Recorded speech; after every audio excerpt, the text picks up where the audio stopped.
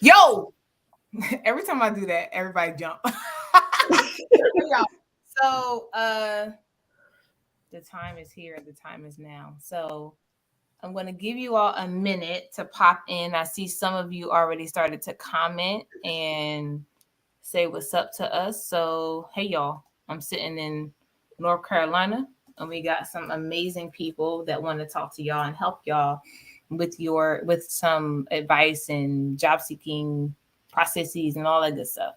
What I love is I am 100% um, partner with some amazing an amazing diverse set of women, not just by what we look like, of course, but because we are all recruiting for different things in different areas of recruitment and HR. And so we can give you an array of advice from that perspective. So I'm excited to get into what we're going to talk about today.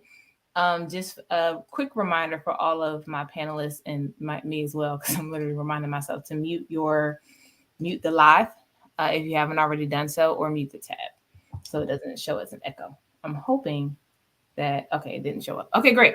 So first I want to get started with introductions, and then we'll go right into just kind of a housekeeping topic that we want to talk about. Then we're going to get into the question. So Sherry, you were on my screen first, so I'll start with you. Hey everyone, can you guys hear me? I'm definitely here to answer any questions you may have. My background is in healthcare, specifically recruiting nurses, and I just recently transitioned over to an HR business partner. So if you're interested to know if you want to transition out, what I will say is working as a recruiter definitely will open up some doors, as you want to grow or progress into your HR career. So welcome everyone. Pleased to meet you. We're going to go to Angel next. Hello, everyone. Happy Tuesday. My name is Angel Rush.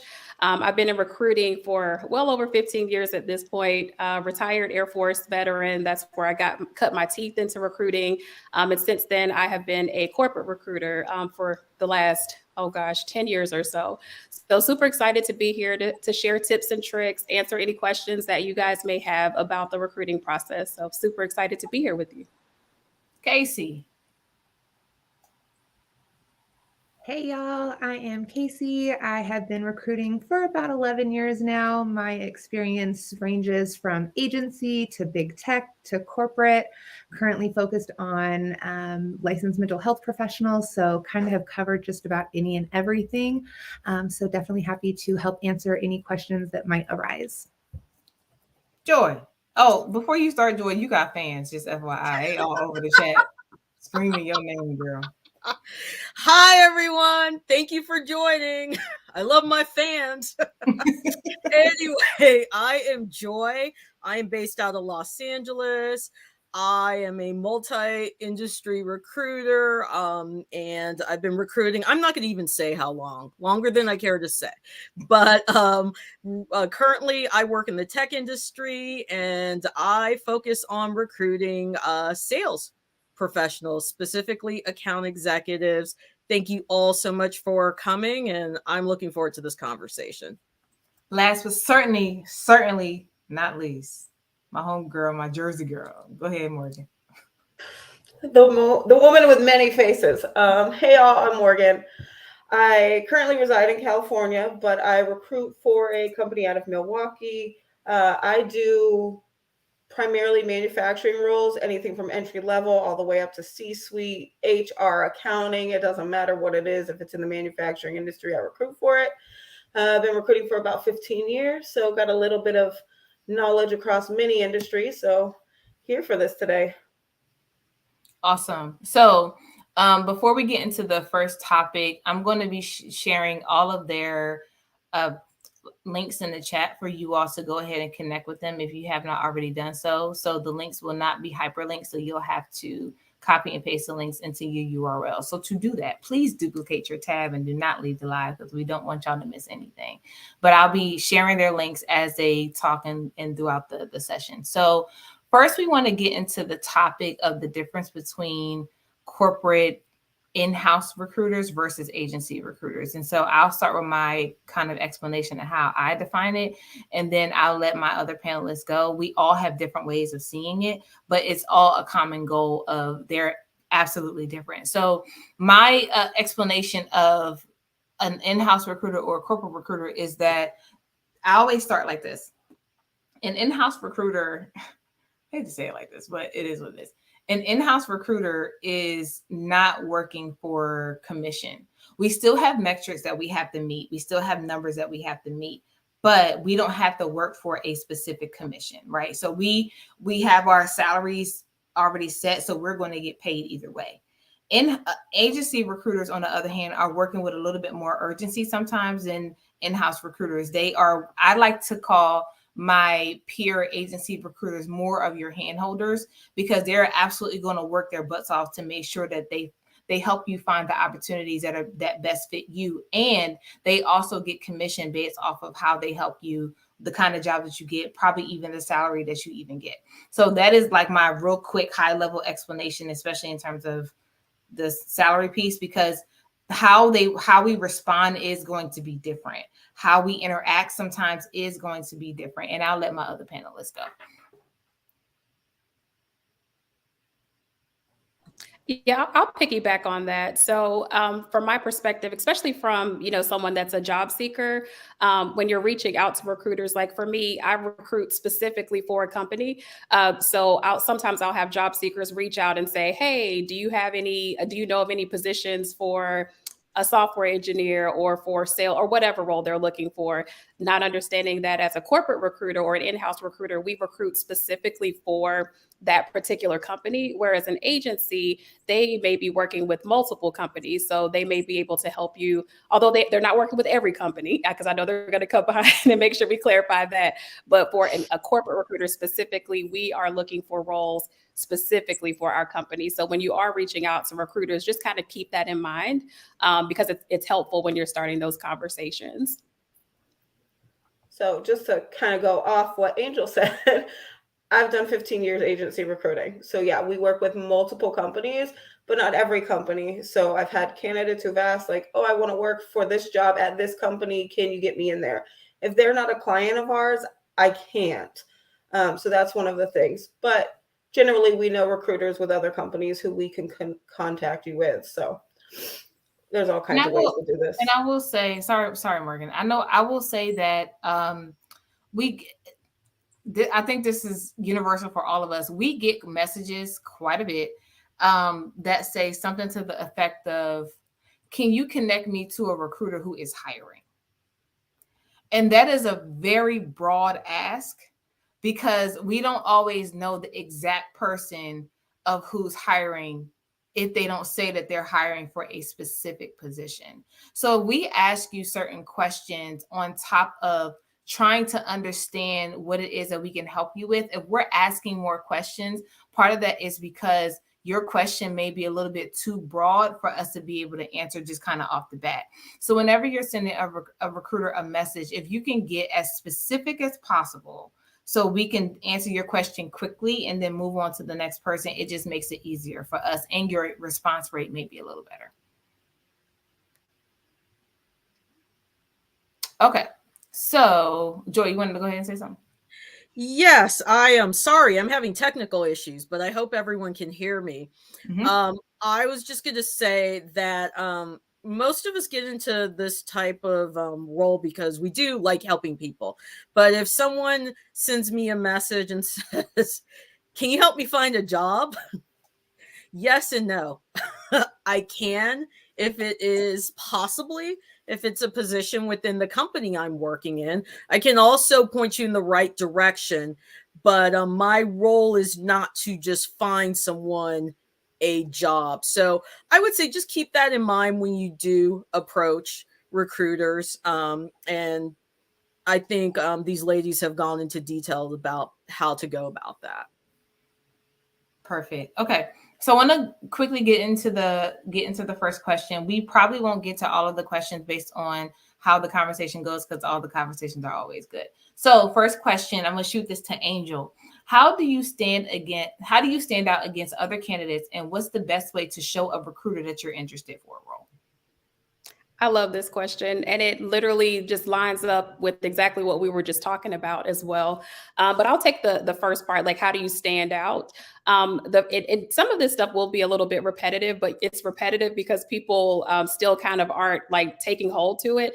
So when you actually apply for a job and you're submitting your resume, you do want to tailor that resume to the specific job.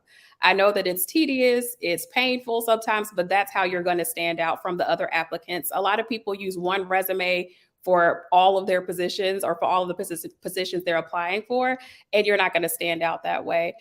Making sure that you are highlighting specific achievements, not just listing responsibilities, but make sure that you're showing like, how are you going to solve a problem for a hiring manager, right? So if a position is open, it means that there's a particular problem that needs to be solved. So you want to make sure that you are highlighting how you can solve that particular problem in your resume quickly as well. Like you want a quick career summary, and then you want to get to the meat of how you're going to solve that problem by having those specific achievements. Again, don't just list job responsibilities for that.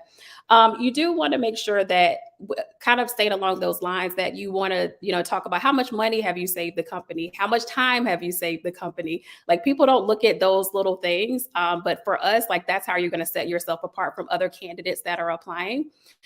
So jumping into the second part of that question, kind of how do you let a recruiter know that you're interested? After you've applied, make sure that you apply for the position first, and then reach out to the recruiter and send a message on LinkedIn.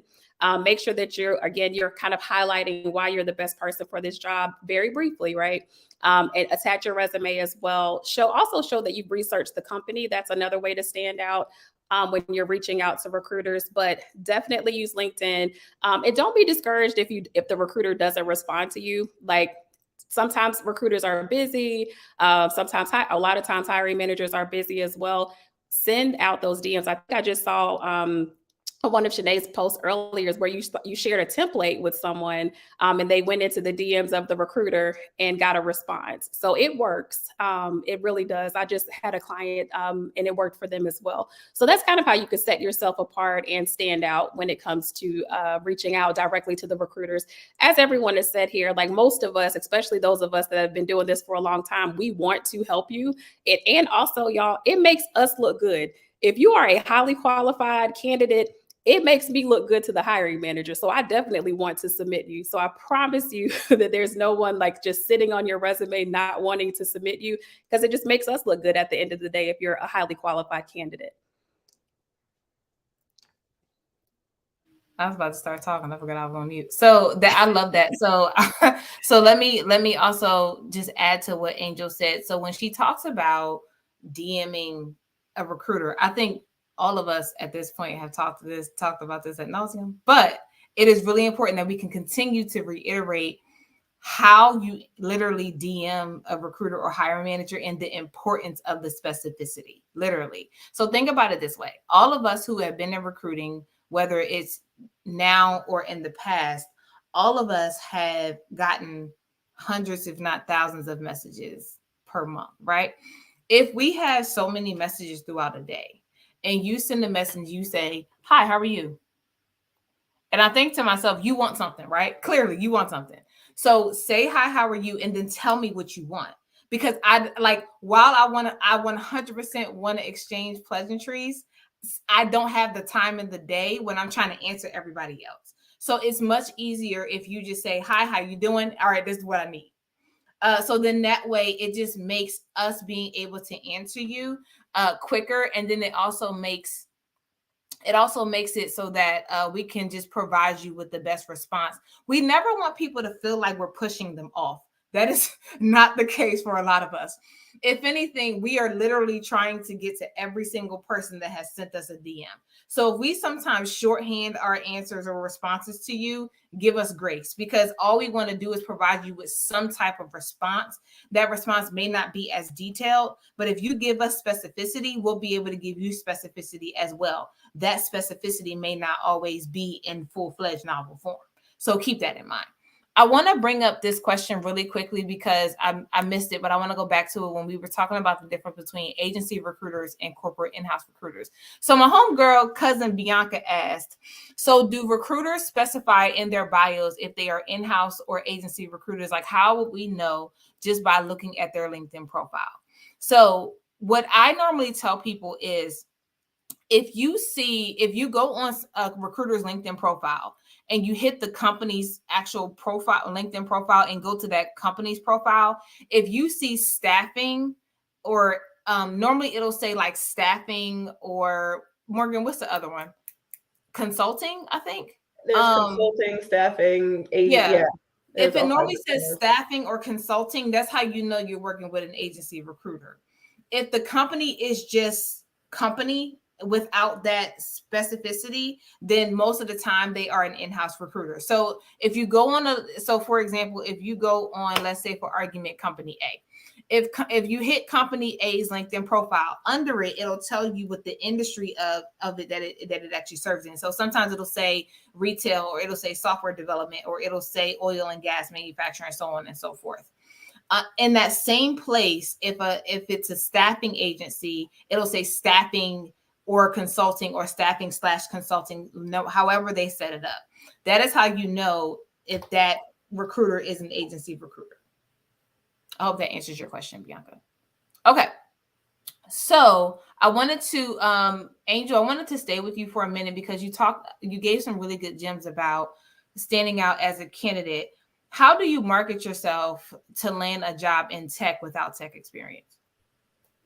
Ooh, that's another good question. And actually, like, I would answer this for anyone that actually doesn't have experience in whatever field they're going to. It would be the same answer, whether it's tech or you want to be a project manager. There is no substitute for experience at the end of the day, looking at it from a recruiter's lens, right? So if we're looking to fill a software engineer, project manager, whatever it is, like, we definitely want to see that experience. But as candidates, I think sometimes it's hard for you to see that you actually do have transferable skills. So let's say that you are, like, I'm a recruiter, but I'm the go-to person if someone's printer, shuts down. So that I have troubleshooting experience, right? So being able to find those ways that your skills actually translate into what the job description is looking for. I have literally, and I'll tell you guys a quick story. So I had an individual that I was working with, and she was in higher ed, but she wanted to make the transition to learning and development and had never actually done an L&D job, which is a huge jump. So what we ended up doing was finding projects or creating projects for her to do at her current job that were in alignment with the job that she was seeking. So I would say the same thing for someone that's looking to break into any industry. Use your current job to help you get those skills that you were lacking. Because again, when we're reviewing your resume at the end of the day, there is no substitute for actual skills, but you have more skills than you think that you have. So it's a matter of translating those transferable skills so that the recruiter can understand those, because you have to think of it in steps, right? The first step is to write your resume and get that recruiter on the phone so that you can get an interview. So that resume has to, one way or another, translate into what we're looking for. There's no way around that. So again, get to a place where you can transfer your actual skills into what they're looking for, and just use the job description at the end of the day. Read the job description, see what skills they're looking for, and think of creative ways to get those skills. You can also do projects, right? Like if you're looking to move into another position, you can volunteer for nonprofits. There's several ways to get the skills without actually having that actual job. But again, there is no substitute for skills. I definitely want to highlight that. So you have to just figure out a way to get those skills, put them on paper. And then once you get into the interview, then you can kind of showcase your personality. And we'll talk about that a little bit further down the line. But that's a good way to kind of break into an industry where you have absolutely no experience by, number one, realizing that you do have some experience. I hope that helps. I love that. That's a bar. Like, you do have something, recognize you do have a bar. That's a skills. That's a bar. Casey, I wanna jump to you. So Angel mentioned, kind of segue a little bit into making yourself stand out, into interviewing in some way, shape, or form, and getting a response. How long should a candidate or talent wait to follow up after applying for a role? So I honestly recommend a 2-part follow-up. as soon as you submit your application, immediately follow up. Contact the recruiter that posted it, which you can often see if you are applying here on LinkedIn. Simply reach out, just make an introduction, express your interest. This helps make sure that you're making contact with someone before your application is reviewed and possibly dispositioned. If you can't see the recruiter that posted the role, go to the company page, look for the recruiters in the company, and try to find the best person to contact. Kind of way to weed through that is to go on, look at the different profiles, see the types of jobs that they are posting, the geographical areas that they're targeting. And then once you reach out, be polite, like others have mentioned before, be concise, and include Please be polite. please, please. And really include some of those specific details like we were mentioning. So if you see a requisition number or a job posting ID, please include that, or even the link to the job that you applied to, just so that it helps us quickly identify that. Let them know that you have the experience to match it, you think it'd be a great fit, that you want to connect to discuss your qualifications in the position, and if they would please pass your information along to the correct recruiter if it's not them. And then once you've sent that original outreach, I recommend waiting maybe 3-ish days or so to follow up again. But that said, please understand that this current job market, it might still be a few days or more before your application is even being reviewed. Teams are really spread thin right now across the board. So again, please be kind in your outreach as well as patient in your approach.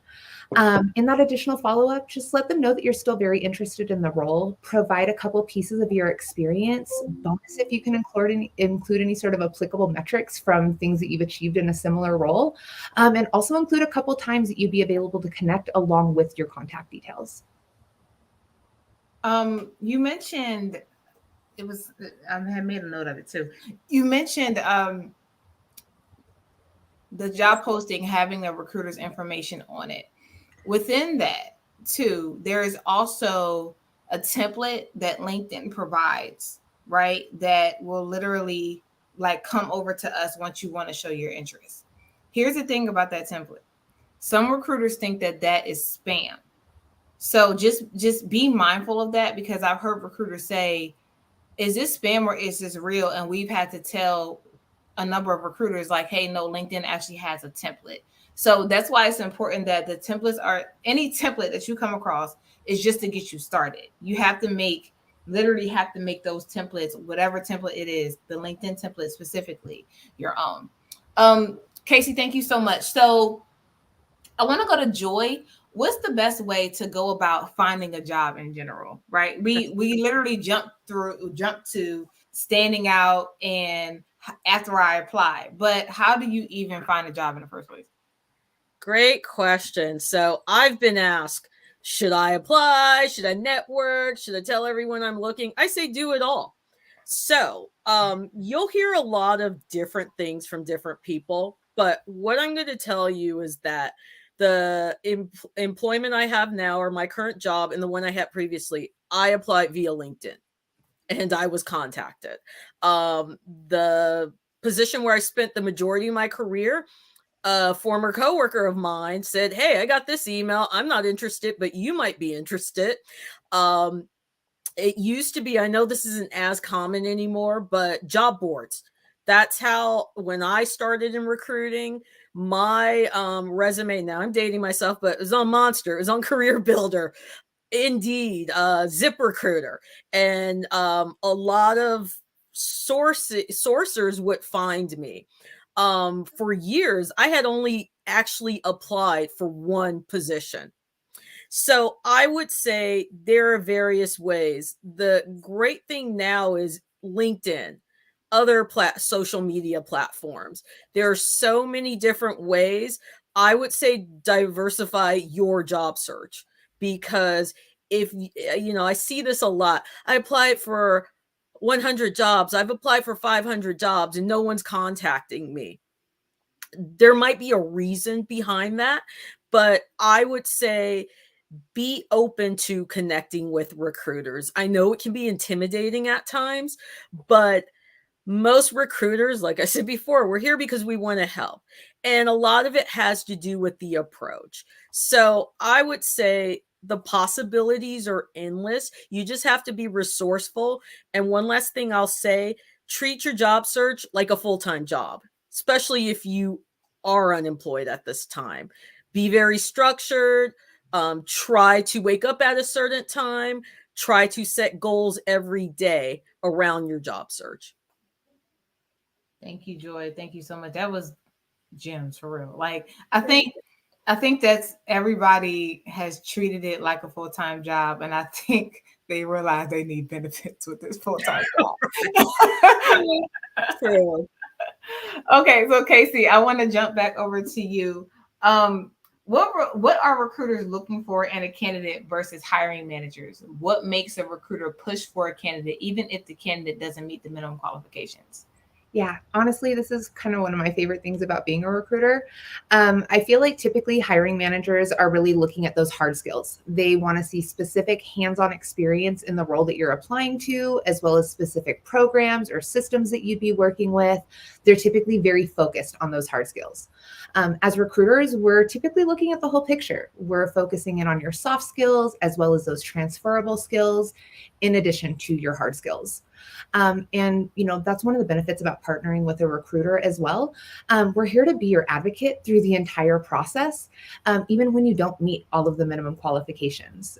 We know what our hiring managers are looking for. We know what their deal breakers are, and we can help guide you on the interview process to make sure that you know what to expect. And in addition, we can also help guide you on how to best present your past experience, as well as display the future impact that you can make with the organization that you're interviewing with. Love that. Thank you so much. I mean, it's interesting because I think all of us as recruiters, we have a different take on applying for a role if you don't meet all of the minimum qualifications. Like literally, I think we debate amongst each other about that. My personally, y'all not gonna like it. I'm just let y'all know now. But I would not tell someone to apply for a role if they don't meet 100% of the minimum qualifications. That is my opinion. Everybody else has a different opinion, but that is my opinion. My opinion is my opinion because we also have a law that we have to follow. Whether people think that this will not stand up in court, because I've seen that comment before, you really think this is going to stand up in court? We still have laws that we need to follow. And the thing about if we send someone through to a hiring manager that does not meet the minimum qualifications, and that person gets hired, a person who probably excels at all of the minimum qualifications and preferred qualifications that are listed on the resume, it takes one person to send a lawsuit to the company that we work for. And then if that lawsuit goes deep enough, then the recruiter, the hiring manager, and everybody that's in line is going to have to answer to why a certain person was hired over another.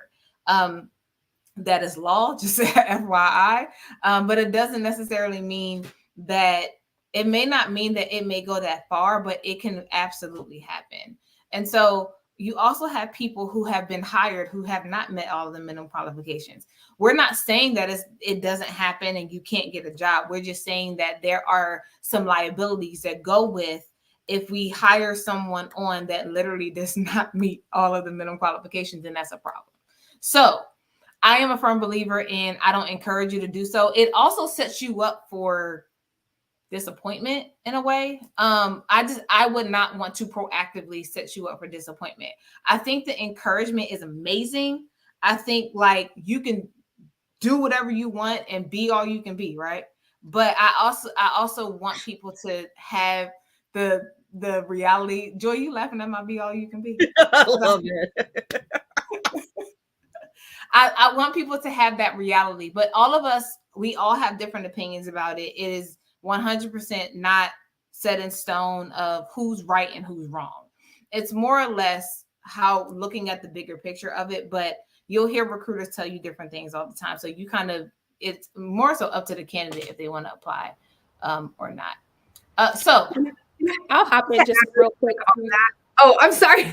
I was on the roll as well. Casey, you go because that was your question, then Angel. I'm so sorry. I was just saying it depends on the role. If there's certain positions where minimum qualifications are set in stone. So in things like that, yeah, don't waste your time. It's going to set yourself up for heartbreak. But there's other positions where you hit all of these markers, but maybe you don't necessarily hit the education requirements for it, but you hit every other requirement. But that's something that could maybe be looked beyond. Those are those types of situations where you can apply to a position without hitting all those qualifications. And I apologize, my dogs are probably going to bark. But yeah, so just that is my thing, just to kind of add in. That's not an always apply if you don't hit all those minimum qualifications. Definitely. I was just going to add that a lot of times the people who are saying go ahead and apply are not hiring managers or not recruiters. So just please keep that in mind, who you're getting that advice from. Yes. And then just so that everyone is clear, there's a difference between the roles and responsibilities and the qualifications. So I just wanted to make that difference right there. So if you don't meet all the roles and responsibilities, it's okay for you still to apply. But the minimum qualifications, yes, you do want to meet those, because I do know some people that'll look at the roles and responsibilities and say, oh, I haven't done all of that. That's okay. But you do want to meet the minimum qualifications. But again, it is okay if you apply if you don't meet all the roles and responsibilities, because some companies go overboard with that. So just wanted to put that out there. Absolutely. To Casey's point, I've been in situations where I was the recruiter and the candidate did not meet all of the minimum qualifications for a specific role, but it was left up to a leader's discretion, leader in HR discretion on if they could, if some of their educational requirements or some of their experience could be substituted. So it's not going to be in all cases in certain companies, but we still have to follow law. Just FYI. Morgan, you were going to say something? Yeah, but Angel took the words right out of my mouth. Just add a preach in there. That's all. Yeah, I mean, but she's right. There is a difference. Oh, like yeah. we literally, I've seen so many people say, "Oh, I can do that because I've done it." When I was a candidate, I would read them job responsibilities like, "Oh, I can do that. That ain't no problem." And then I would go apply and not even pay attention to the minimum qualification. Right. So definitely keep those in mind. Yeah, and that's one of the things we do as agency recruiters. We talk to our clients and make sure if it's preferred or required. So just pay attention to those keywords. Absolutely. Morgan, I want to stay with you for a second. How should someone who is returning to the workforce after a career gap handle the gap of employment question during an interview? Okay. So I've had tons of these recently. I mean, I've gone from people who've lost children, so they took time off for a sabbatical to deal with family health. I've had people who got a severance, so they just took some time off to enjoy life. Honestly, be honest. I mean, be transparent about it. You don't have to divulge all kinds of details. You don't have to explain what the family situation was. If you're not absolutely sure how to handle those questions, reach out to a recruiter. I've guided so many people through the ways to answer those, but in all honesty, it's transparency and honesty. I think it's going to be your best bet. I love that. I want to stay with you, Morgan, too, but I want to go to Sherry first. How do you tell a recruiter in a job you're interviewing for not to contact your current employer? So I have had candidates that have met with me. They're eager for this new role. They're interested, but they have not yet informed their current employer. That's completely understandable. I've done the same.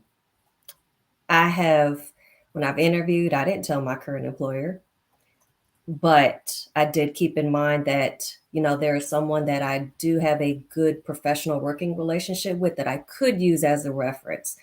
So what I recommend is that at least if you can't tell your direct employer, at least the person next in charge that could give a favorable reference.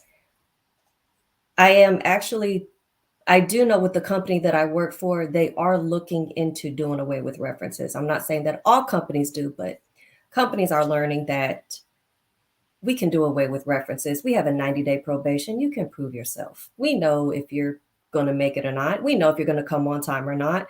We don't need your previous employer to tell us. So references, I would just actually say, try to have somebody that you have a good relationship with that could speak to your work ethic, but don't worry about telling your current employer that you're interviewing.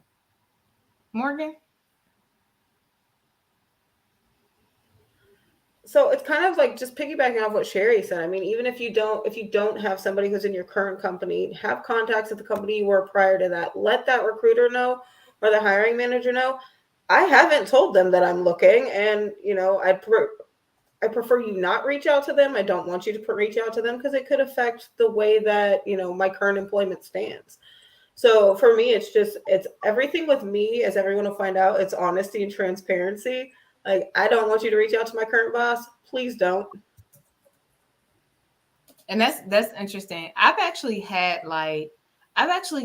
heard of people who have gone to or interviewing for their new company, the current company finding out and doing everything in their power not to help that employee get hired at that subsequent company, which is mind-boggling to me. But I mean, it happens, and that is partly why people don't want to be transparent in finding new opportunities, which is unfortunate. Sherry, so I want to go into pivoting for a second, because I believe we have a lot of people in our chat who is currently pivoting, whether they are looking for promotional opportunities, looking for kind of a new career path. Can you tell us a little bit about your experience in pivoting from a recruiter to an HR business partner? So follow Angel's advice when she said that if you are looking to transition, from one job to another, look at the job description and pull up your resume at the same time. Me and my mentor, we have done this. We had fine-combed my resume. We looked at the preferred skills and qualifications. We looked at my previous work experience, and we highlighted in bold the critical skills that's needed to be successful. So even though I didn't possess the preferred skills, well, I possess the minimal skills, but at least I could say my skills are transferable. Now, when Angel said take on projects, that's actually what I've done in my previous role. I took on a project that was bigger than me, and it had nothing to do with me. But because I was so passionate about, the service line I was recruiting for, I felt like, this area deserves more pay. Let me create a business case proposing why this area should have, more money. Then that's when I found out, oh, that's the role of an HRBP. And that's what sparked my interest. So the other thing that's a good question to ask any of us is, well, what if I'm at my current company and there are no opportunities for me to take on? What if I've reached a glass ceiling? My advice, and anyone is welcome to chime in, is reach out to any of us. We're well connected. Shanae knows someone, Joy knows someone to say, hey, I'm looking to obtain a certain type of skill. Do you know someone that could actually, reach out to me, and maybe they could consider me for an opportunity? Volunteered initiatives. Also on your resume, mention some accomplishments, mention some seminars. I've actually seen one resume where a candidate mentioned how many books she's read, specific books. I thought that was interesting, but I was like, that's an eye catcher. So think outside the box, be creative. We are in an era that creativity is embraced. So when it comes to terms of pivoting, don't get discouraged. Reach out to somebody. Reach out to any of us on LinkedIn to say, hey, I've hit a brick wall. What can you suggest? What ideas do you have? People are willing to help. They're willing to share their ideas. They're willing to share their experiences. And trust and believe, sometimes I may even see job openings on LinkedIn that I'll slide into someone's DMs to say, hey, I think you should consider this opportunity. Or even to add to that, you said that we all know each other. There are plenty of recruiters that we know that you may apply to the position, even if the recruiter isn't assigned to the role, they are in the company that you want to work for. So I have so many contacts from LinkedIn specifically of people I met on LinkedIn that work at different companies. I may say, Sherry, so-and-so applies to your company. Can you see who the recruiter is, and then ask that recruiter if they can pull that person's skill set. Like it happens to us quite a bit. So being pleasant to the recruiter does help, very much so, especially to the recruiters who really want to help y'all. So I didn't mean to cut you off, Janae. So us recruiters, we have different titles. So sometimes we don't always carry the recruiter title. Sometimes we are called talent acquisition specialist. We are called talent acquisition consultant. If you see anything dealing with talent acquisition, that's how you know that's a recruiter, whether they're in-house or agency. Or manager, manager, director. Anytime you see talent acquisition, that is recruiting. So I want to go back to Morgan. Should I reach out to every recruiter or hiring manager for the jobs I apply for, or are there specific cases on when I should reach out? So if you, as Shanae said, if you want to do this, shoot your shot, and that's how you want to do your thing, go do your thing, but do not reach out if you know you don't meet those qualifications. In all honesty, don't break your own heart, please. And you probably won't get an answer back. If they've gone and pulled your resume and see you don't meet those qualifications, they may not answer. My other thing would be, if you do meet the minimum qualifications, or you're transitioning and you have that skill set that we've talked about, you've got those soft skills, you've got transferable skills, absolutely reach out every single time. I don't care how many times, reach out every single time, because if a recruiter wanted you and they wanted you that bad you weren't responding, they'll get you. They'll find you. They'll call you. They'll email you. They'll find you on LinkedIn. They'll hit you up on TikTok, Twitter, whatever. Smoke signal. It is. Carrier pigeons. They don't care. They will find you. We're like Liam Neeson in this, okay? So yeah, I reach out every single time. If you meet those qualifications, or you want to show like I have this skill set you're looking for, they may not see it in your resume. Send your resume, send them a little excerpt saying, hey, this is how I meet these qualifications. Can we talk? Is there someone else I could talk to? Is there a role in your company? Reach out every single time. Love that. Joy, should someone who is 40 plus and pivoting have any concerns with their age being used against them? If so, what should they do to help combat that a little better? Great question. So my answer to that is no. You should not be concerned. However, there are several recommendations that I will make. So first, I personally believe age is a state of mind. It all depends on how you present yourself, how you show up. This can even include your resume, your wardrobe, or your communication skills. So you also have to be relatable. We have various generations working in the workplace, from Gen Zers to baby boomers. So it's important to be able to be relatable. And I would say if you are 40 plus, please remove employment history from the 2000s. Definitely from the 90s. Remove dates of graduation from your resume and your LinkedIn profile. I see this all the time. I see high school, graduated in 1997, graduated from college in 2001. Just remove that. Outdated experience can limit a person's candidacy. I'm just going to be very truthful. Unfortunately, ageism is one of the few types of discrimination that is still tolerated. That's just truth right there. It's a hard pill to swallow. But I will say attitude is everything. Being open and having a can-do attitude will get you far. One thing I have observed is when some people, not all, but some reach a certain age, they're less likely to raise their hand to participate in projects.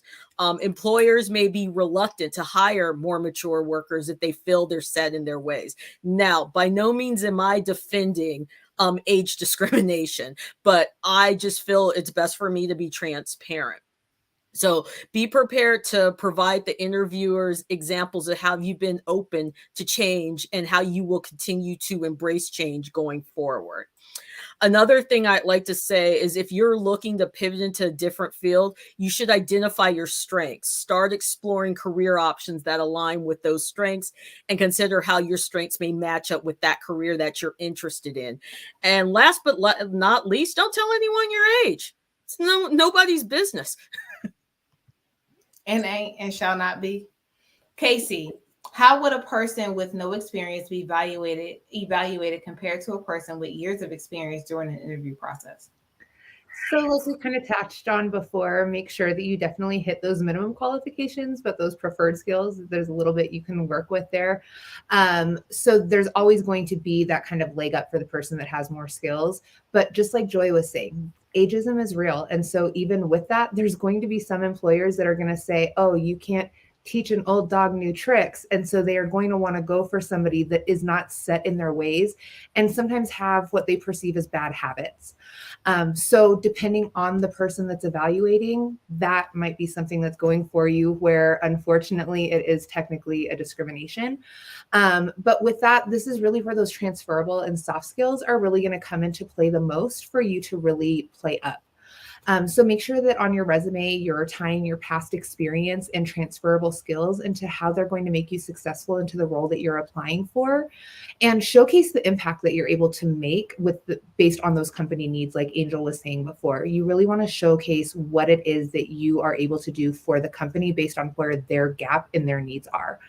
And as an added tip, just like Angel mentioned before as well, to gain experience in a new field, try volunteering. It allows you to look around in your community to see some place that you can help, look for nonprofits or different groups online. And it's a win-win because you're going to be able to gain new experience in a different industry, and you're also helping out a place that's in need. Love that. And we're going to wrap up. We're going to wrap up with this last question and then take questions that I actually made note of in the chat. Angel, how can I highlight my personal story and my grit to show that although I may not appear qualified on paper for a sales engineering position, I am coachable, eager to learn, and will be a great asset? Great question.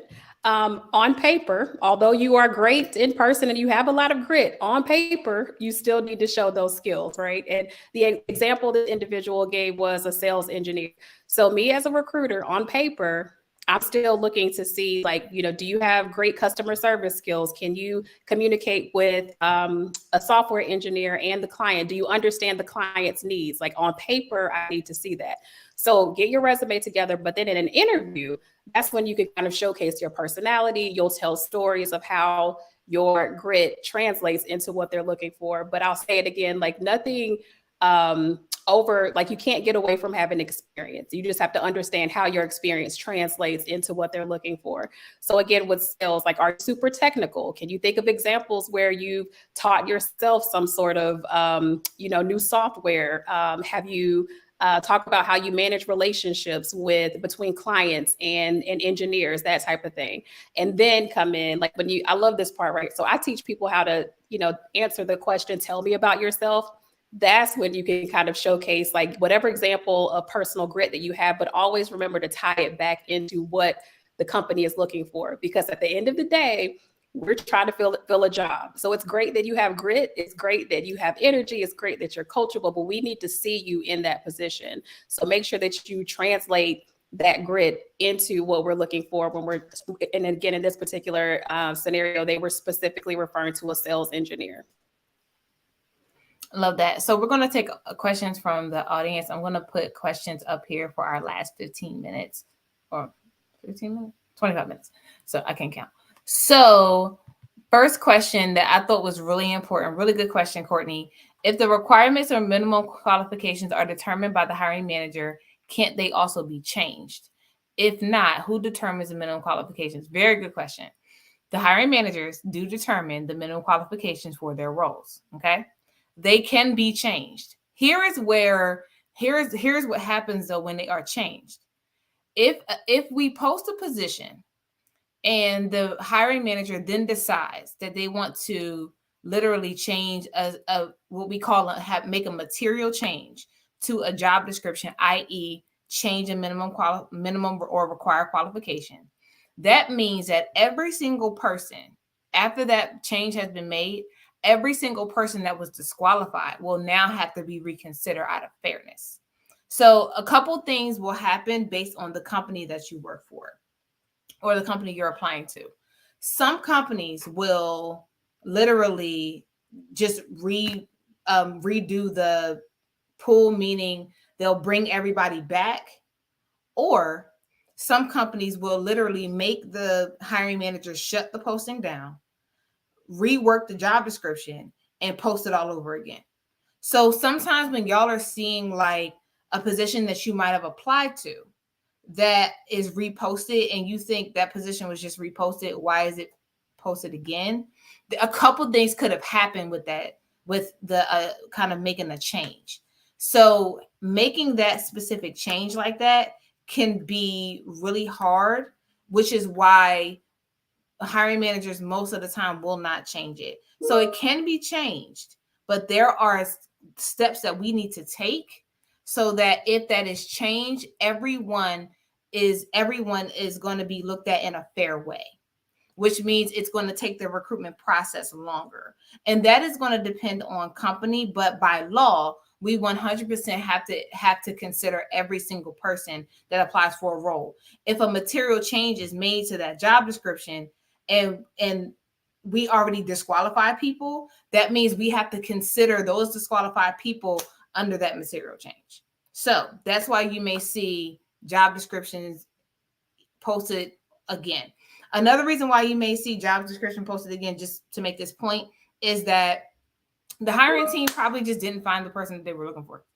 And so they just literally reposted the position to go back to the drawing board. It's literally as simple as that. It may not seem as simple as that, but it is. One last reason that I could think of off the top of my head that a position may also be reposted is because there may be a situation where a candidate, they're waiting to see if a candidate is going to accept or if they're the right fit. If they don't accept, then they need to be able to have a fresh candidate pool so that they don't have to literally like start from scratch. It's kind of a time saver. So it's an array of reasons of why a job description just may be reposted, to my point. But to your question, a material change is important, but we have to follow certain steps to make sure that we are in compliance and we're following the law. Courtney, I hope that answers your question. Okay. Next question. Let me hide this. And any of you can answer this. How much history should be on my resume? I'm a baby boomer. Go ahead, Joy. All right. So I believe I know the age range. Please, please, please remove anything from the 20th century off of your resume. Doesn't need to be there. Don't age yourself. Now, I know sometimes because this was prevalent among boomers, they spent 20, 30, 40 years at the same job. This is what I'll say about that. If you experience career progression during your time there, focus on the most recent positions you had. If you started, let's say, I'm just going to pull out this number, in 1994 at a company, and you start as an entry-level person, but you worked your way through the years, the last 29 years to management, you don't really need to add that you were in an entry-level role, back in the 90s. So I would say take out years of graduation, like I said before. I would say don't even go back over 15 years unless you truly feel that experience is relevant to the position you are trying to obtain. Now, obviously, people are going to know that you are a person of a certain age based on various factors, but it just would work better for you not to put the whole kitchen sink on your resume. Try to keep it to 2 pages as well. I hope that helps. Just to kind of add on that as well, I myself recommend not going back more than 10 years of experience, just because, by that point, technologies have changed, procedures have changed. So a lot of times the things that you were doing 10 years ago aren't going to be relevant anymore. So I really am a big fan of removing the outdated objectives section on your resume and really building out your skills and key competencies. So being able to take some of those skills that you gained in that past experience and listing them under that competency competency section is really where it is that you want to be able to kind of highlight some of that other experience. And also, like Joy was saying, remove the dates off of your education. People will discriminate either way. And just one other thing to add to that is make sure that you're not listing your address on your resumes. It's twofold. You're giving everybody literally everything they need to steal your identity. But also people will discriminate on you based on where you live. So they may decide for you that you're not willing to commute to that area. And also some companies might try to lowball you on an offer based on where it is that you live. There have been studies that have shown that one side of a street will get higher paid wages than another person on the other side of the street. So just don't give anybody that ammo to take that against you. I want to expound upon that deciding for you that Casey mentioned. I have recruited for hiring leaders that will look at where somebody lives in the area that I live in, and they've decided, well, because this position is probably going to pay this, they're not going to want to commute 45 minutes. When I have to then consult with them to let them know, one, you're discriminating against them, and two, you don't know their life circumstance. So it's not fair for you to decide for them when they probably just need a job. Like, you don't know how they can get to work. So it's 100% accurate that you don't want to put your exact address on there. Next question. If you don't hear from a recruiter after applying, is it safe to assume you didn't get selected? Anybody? The short answer is yes. Again, as I said previously, like for us, like if you are a superstar, if you are hitting all of the qualifications, we're not going to let a superstar just sit, in our inbox and not respond to them. Not saying that you're not a superstar because you didn't get selected, but if you didn't hear, we're going to contact you if you are amazing. You're again, it's about making us look good to our hiring managers as well. So we're not going to just sit on an application for someone that does not or that does meet all of the qualifications. Unfortunately, the reality is, and you guys have heard it all before, like we literally get hundreds and hundreds and hundreds of resumes every single day. And as much as I love what I do, as much as everyone on this panel loves what they do, we can't get to everyone. But I will say a good recruiting system will at a minimum have a rejection, an automated rejection. Like once we close a requisition, it should notify everyone that they did not get the job. That's a good applicant tracking system, but that's a whole other conversation in and of itself. But at a minimum, you should get this, the standard, thank you for applying, but we've gone with another candidate. But to answer your question, if you didn't hear back, yes, it's safe to assume that you did not get the job. Candidates who probably get the rejection email a year later, we sorry. Like sometimes we forget. Like just let y'all know, there are times when we didn't realize that we did not send out the email, and I am sorry on behalf of all recruiters who have multitasking situations go on and we just forget sometimes. So please don't hold it against us. We just deal with a lot of requisitions. Okay, next question. How do I connect with a recruiter via message if I don't have LinkedIn Premium? I'll take that one. One of the best ways I would say is to send a connection request, but you have the capability of providing a message in that connection request. I would say be transparent. The ones who send the generic, I think it's a template. Oh, I see that we have some of the same people in our network. That's just tell us what you're looking for, why, your reason for wanting to connect, and then go from there.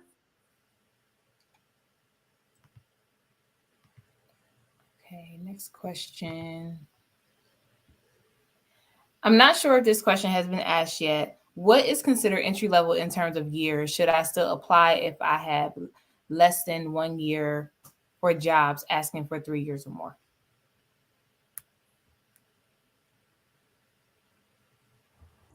I'll take a stab at it.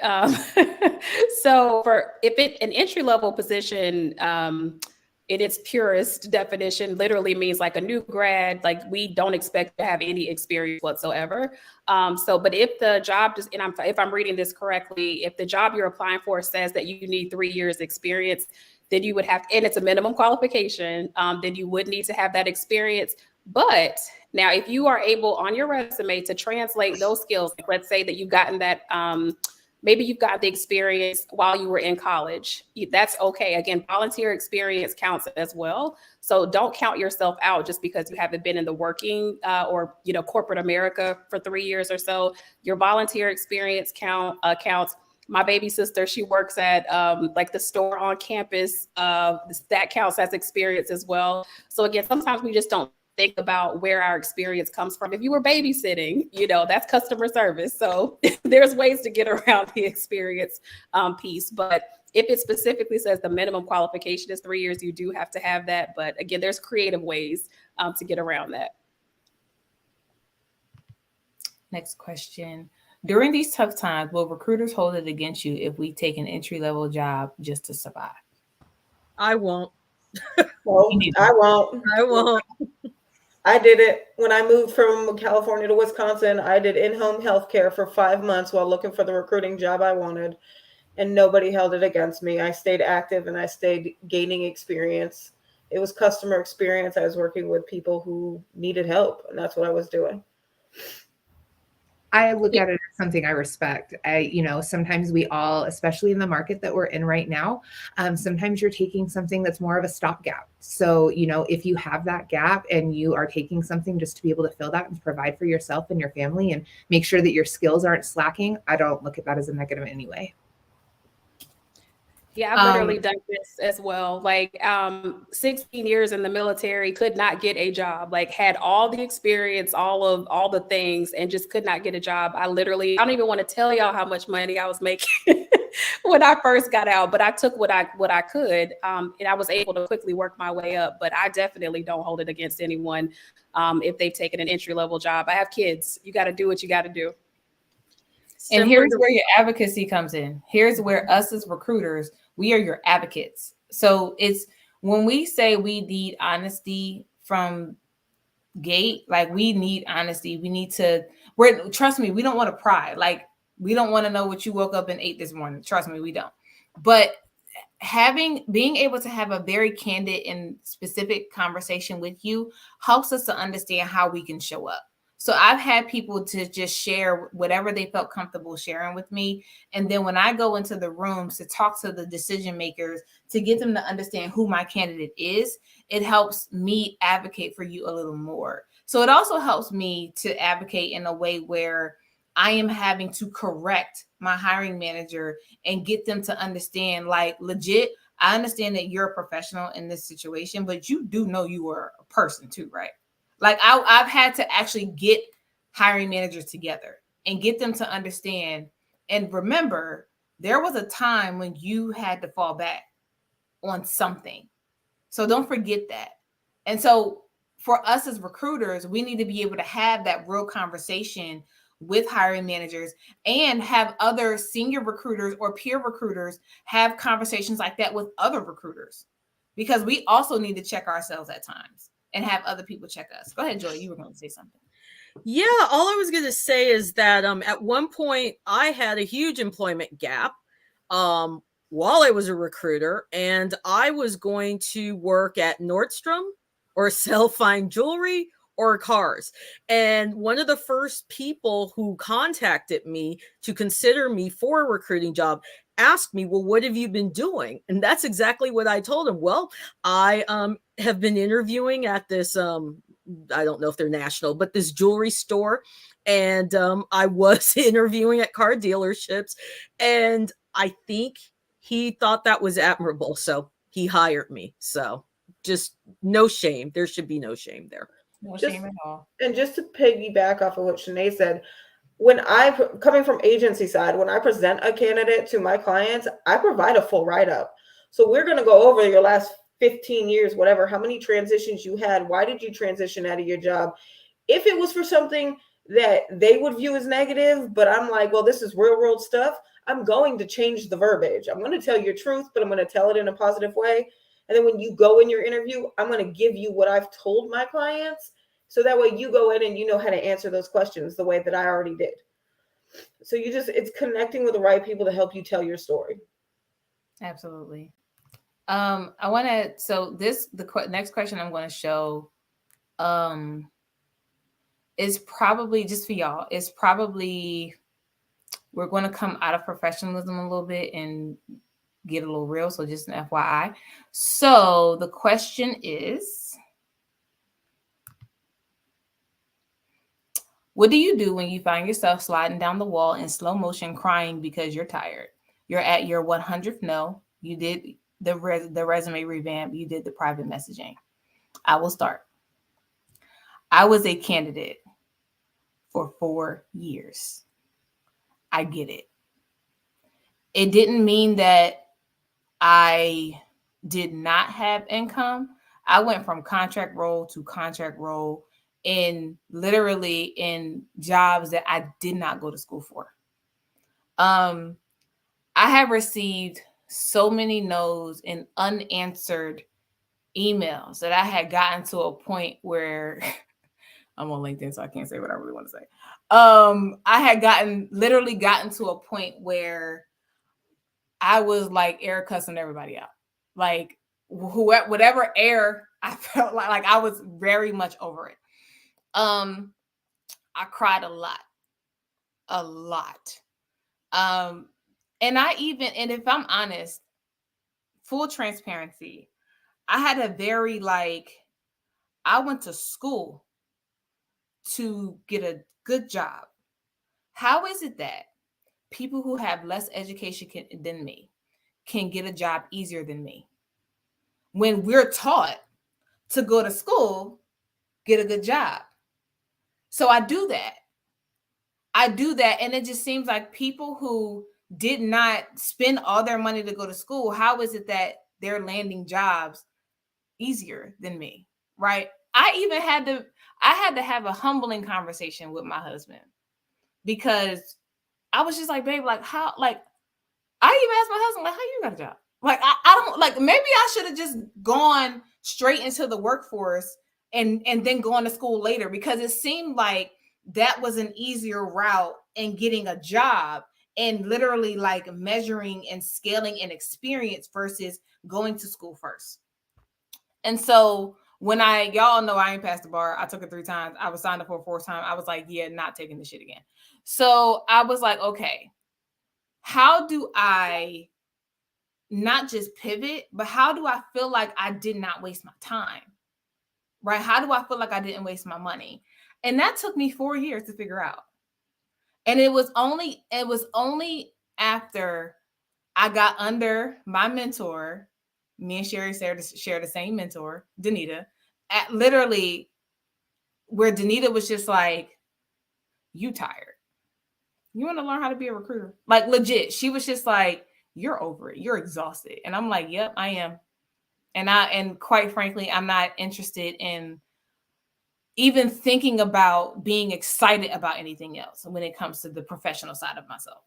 And so to your point, when you have felt like you've given it your all and the only thing that you have gotten is a no.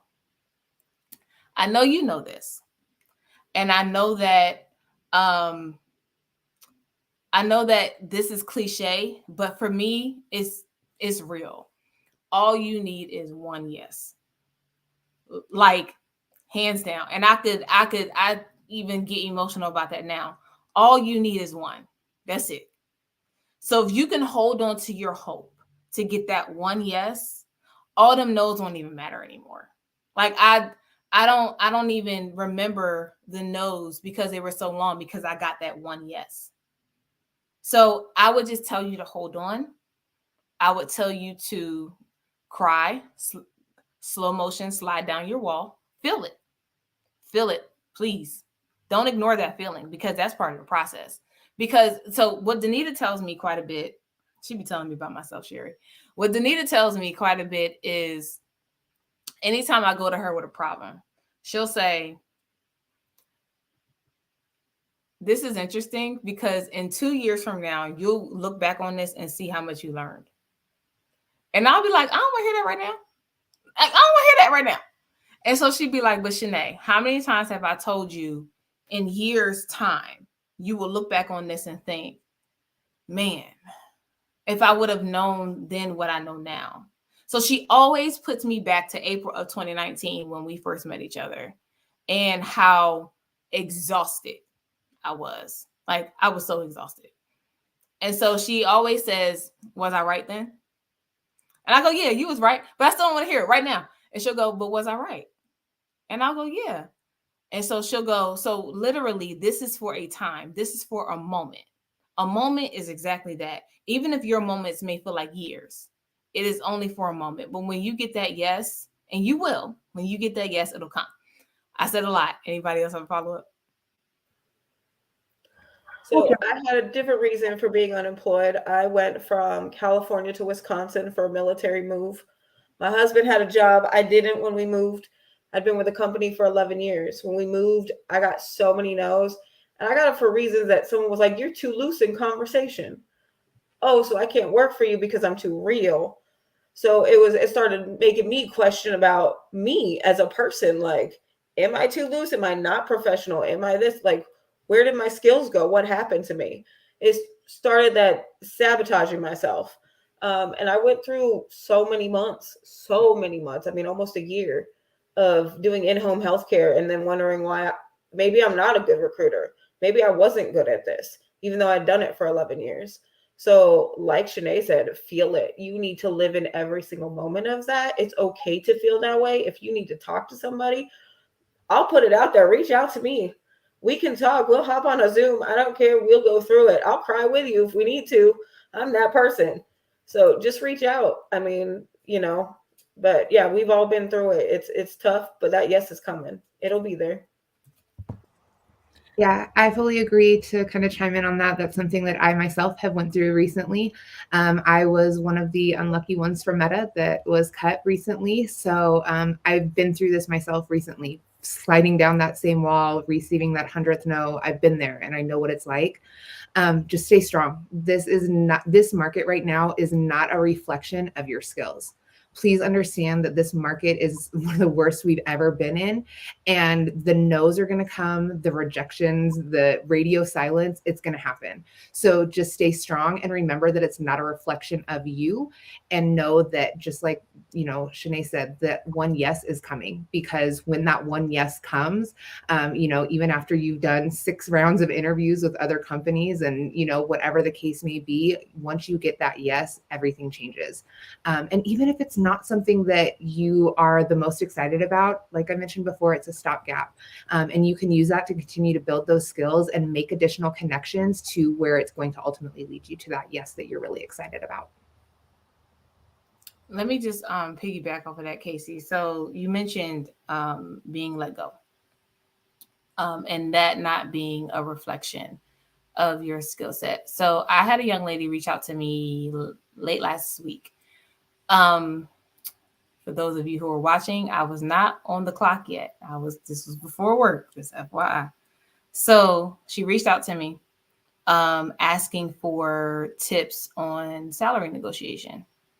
And so she shared with me what she was making at the company that she was laid off from. We talked through it, and she just needed to understand like what she was looking at essentially. So we talked through it. She reported to me today, and I'm going to share this testimony soon. She reported to me today that her base salary at the company she was laid off of, compared to the base salary she was just offered at her new company. Now she's been out of work now for going on 6 months. She just accepted an offer. This new offer was a $53,000 difference in her base salary. She was able to come out significantly well in her entire package. Saying that to say, to Casey's point, the market is the market. Legit, the market is the market. But it's still not impossible. There are literally people who are testimonies of it not being impossible. So I'm going to keep my word because it's 7:16 and we are going to end here with that last question. Please connect with all of the panelists, y'all. They are here to help you. I'm going to stay on just for a few more minutes to put their links back in the chat. You all are welcome to stay for a second. You don't have to, but I want to make sure that for those of you who came in later, that you all have their links to be able to connect with them. I'm also going to share some businesses that some of the panelists have. I know Angel has her own business, and I'm going to share her Instagram here in a minute. And then if any of you have businesses that you want to share, please feel free to do so in the chat. But I want to wish you all well. I hope you all had an amazing night. Y'all know that when we do these kickbacks are 100% for you to literally come and kick back. So I always tell my panelists, like, y'all gonna be more dressed up than me because I'm legit kicking back. But I really want you all to know that this is a safe space. We have very real conversation. We would hope that you can come and just answer your questions and feel frustrated with us and feel rejuvenated with us, so that you know that we are here for you. Network with these panelists, follow up with these panelists. Please tell your friends, family, colleagues, dogs, cats, everybody. Tell everybody to connect with all of them because these are amazing women. And I really wanted all of you to, we talked about this too before we even did this live, that I thought this was probably one of the most important kickbacks that I've done because all of us look different. And so I want you all to know that we all as women, we can come together and be great. And all of us are here for one purpose, and that's to see you all win. So I hope you have an amazing rest of your night. I have reshared everybody's links, and be blessed. If God is for you, who could be against you?